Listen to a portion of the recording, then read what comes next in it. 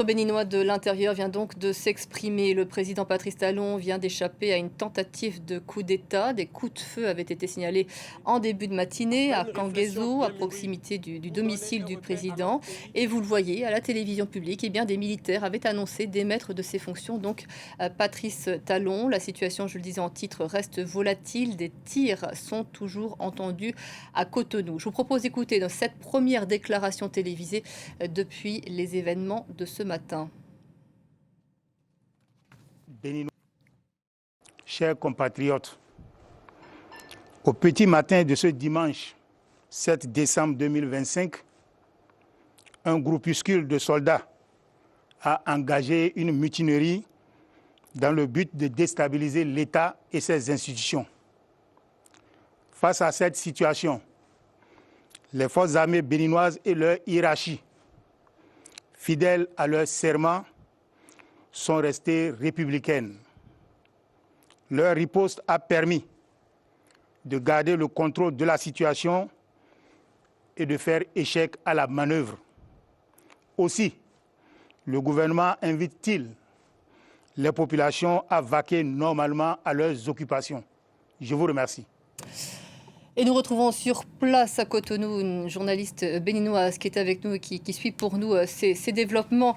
Bonjour, cette déclaration du ministre de l'Intérieur était très attendue.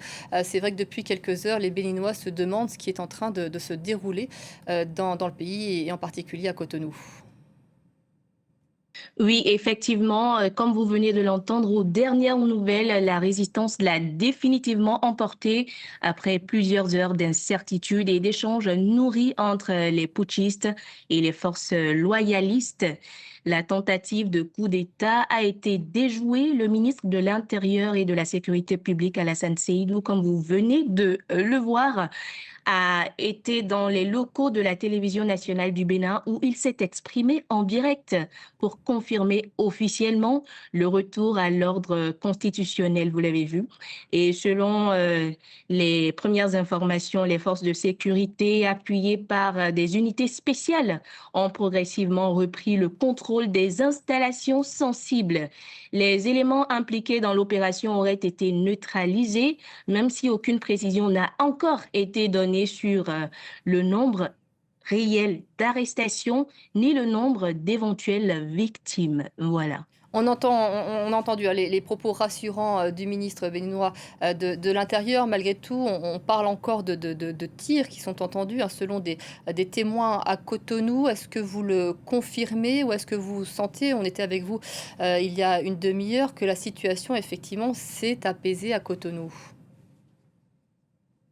Si nous nous en tenons aux propos du ministre de l'Intérieur, les populations sont appelées au calme et à beaucoup plus se nourrir des informations officielles. Mais les tirs dans le quartier présidentiel qui seraient encore entendus restent pour le moment des rumeurs. Donc, comme le ministre l'a dit, les populations peuvent rester calmes en attendant que d'ici quelques minutes, les informations se confirment davantage. Voilà ce que je peux dire. Oui, merci beaucoup. C'était important de l'entendre, effectivement. Beaucoup de prudence pour l'instant. C'est vrai que ces événements ont surpris ce matin. On va retrouver Emmanuel Sodji, qui en principe est notre correspondante sur place, mais vous n'êtes pas dans le pays aujourd'hui, Emmanuel. Mais en revanche, vous avez bien évidemment suivi ces développements ce matin en recueillant de nombreux témoignages. C'est vrai que ça a choqué, bouleversé les Béninois, cette annonce de tentative de coup d'État au petit matin. Alors déjà, je voudrais rappeler un peu le contexte de ces tentatives de coup d'État. Un contexte politiquement tendu, avec l'élection présidentielle prévue pour avril 2026, après les législatives et communales qui sont prévues en janvier prochain. Alors, le principal parti d'opposition, les démocrates, qui est dirigé par l'ancien président Boni Yayi, a vu son candidat à la présidentielle recalé pour défaut de parrainage. Cependant, le parti est présent aux législatives et aux communales. Et puis d'autre part, fin novembre 2025, eh bien, il y a eu une révision de la Constitution qui instaure un Sénat et aussi un mandat de 7 ans au lieu de 5 pour le prochain président qui sera élu en 2026. Alors il y a aussi cette notion de trêve politique de 6 ans qui a suscité beaucoup de controverses parce que par cette trêve, eh bien, il s'agit de faire taire la compétition électorale pour permettre, selon les défenseurs de cette révision, eh bien, de laisser le président travailler à la construction du pays. Alors sachez que cette tentative n'est pas la première que subit le président Talon au pouvoir depuis 2016 et qui a été réélu en 2021. Mais on veut dire que ces dernières années, d'autres tentatives avaient été déjouées.